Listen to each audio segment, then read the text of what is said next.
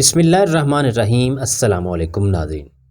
آج ہم آپ کو جہاد کے بارے میں معلومات فراہم کریں گے کہ جہاد کا اعلان کب اور کیوں ہوا۔ اور ناظرین، یہی آج کی ہماری اس ویڈیو کا موضوع ہوگا، لیکن ویڈیو میں آگے بڑھنے سے پہلے آپ ہمارا YouTube channel international stories explainer لازمی سبسکرائب کریں، جہاں آپ کو دنیا بھر سے معلوماتی بالخصوص اور بالعموم منفرد اور اسلامک ویڈیوز ملتی رہیں گی۔ ناظرین، قریش والے حضور اکرم صلی اللہ علیہ وآلہ وسلم اور مسلمانوں کے ساتھ ایسی دشمنی رکھتے تھے کہ گھر بار اور مال و متاع چھوڑ کر مدینے آ جانے کے بعد بھی وہ آپ کو چین سے نہ رہنے دیتے تھے۔ انہوں نے مدینے کے بت پرست قبیلوں اور یہودیوں سے ساز باز کر کے مسلمانوں کو تنگ کرنا اور ستانا شروع کر دیا تھا،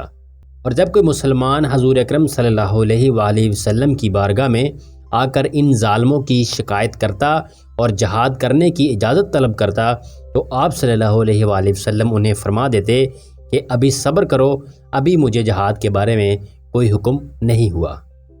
اور ناظرین، جب حضرت محمد صلی اللہ علیہ وآلہ وسلم نے دیکھا کہ قریش مکہ اپنی شرارتوں سے باز نہیں آ رہے اور مسلمانوں کو مدینے میں چین سے نہیں بیٹھنے دے رہے، اور اللہ تعالیٰ نے اپنے محبوب حضرت محمد صلی اللہ علیہ وآلہ وسلم پر سورہ حج کی آیت نمبر 39 نازل فرمائی، جس کا ترجمہ یہ ہے کہ ان لوگوں کو جہاد کی اجازت دے دی گئی ہے جن پر جنگ ٹھونسی گئی ہے، کیونکہ وہ ظلم و ستم کا نشانہ بنے اور اللہ سبحانہ تعالیٰ ان کی مدد اور نصرت پر قادر ہے۔ اور ناظرین، اسی حکم کے ساتھ آپ صلی اللہ علیہ وآلہ وسلم نے اپنی ساتھیوں کو اجازت دے دی کہ وہ اپنی حفاظت اور دین کو بچانے کے لیے خدا کی راہ میں لڑیں،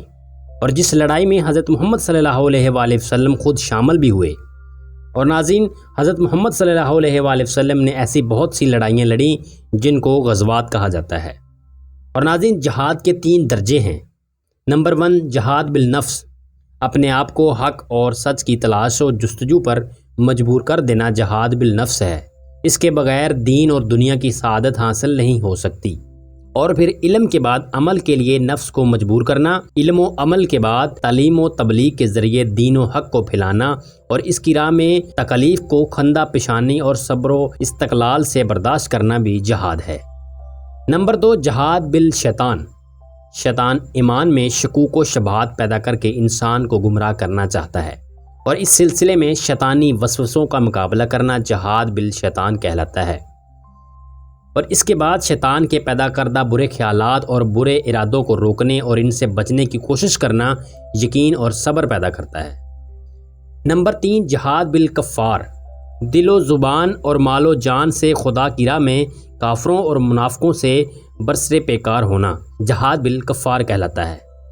نبی اکرم صلی اللہ علیہ وآلہ وسلم نے فرمایا، جو کوئی جہاد کے بغیر یا کم از کم اس کی تمنا کیے بغیر مر جائے تو اس کی موت مسلمانوں کی موت نہیں بلکہ ایک لحاظ سے منافقت کی موت ہے۔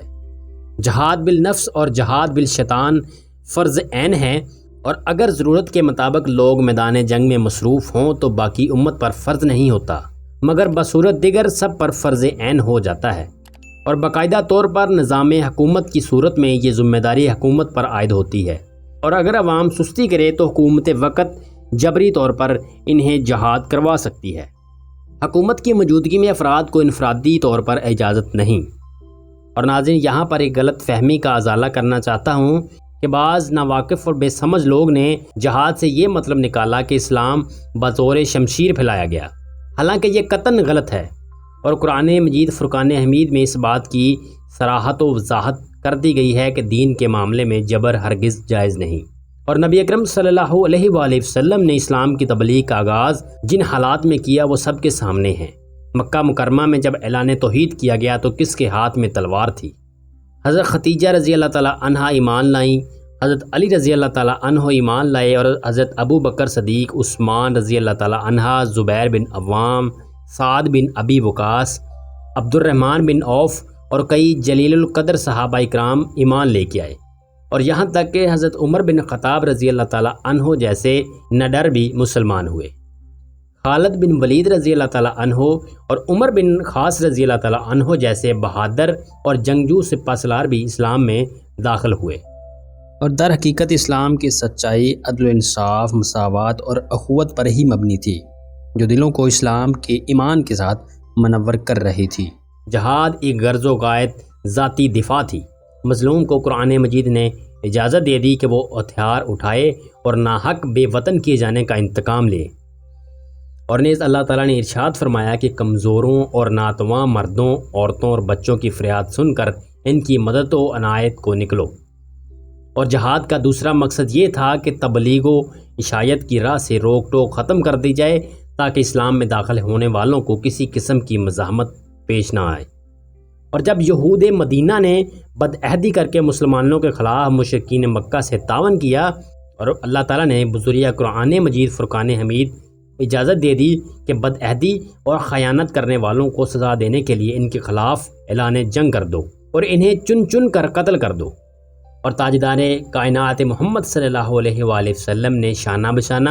اور 27 چھوٹی بڑی جنگوں اور مہموں میں شرکت فرمائی اور 38 لڑائیوں اور مہموں پر لشکر روانہ فرمائے۔ ان جنگوں میں غزوہ بدر، غزوہ احد، غزوہ خندق، غزوہ خیبر اور غزوہ موتا خاص طور پر قابل ذکر ہیں۔ اللہ تعالیٰ سے دعا ہے کہ اللہ تعالیٰ ہمیں بھی جہاد کرنے کی توفیق عطا فرمائے۔ آج کی ویڈیو کے لیے صرف اتنا ہی، ملتے ہیں ایک اور نئی معلوماتی، اسلامی اور منفرد ویڈیو کے ساتھ، تب تک کے لیے اللہ حافظ۔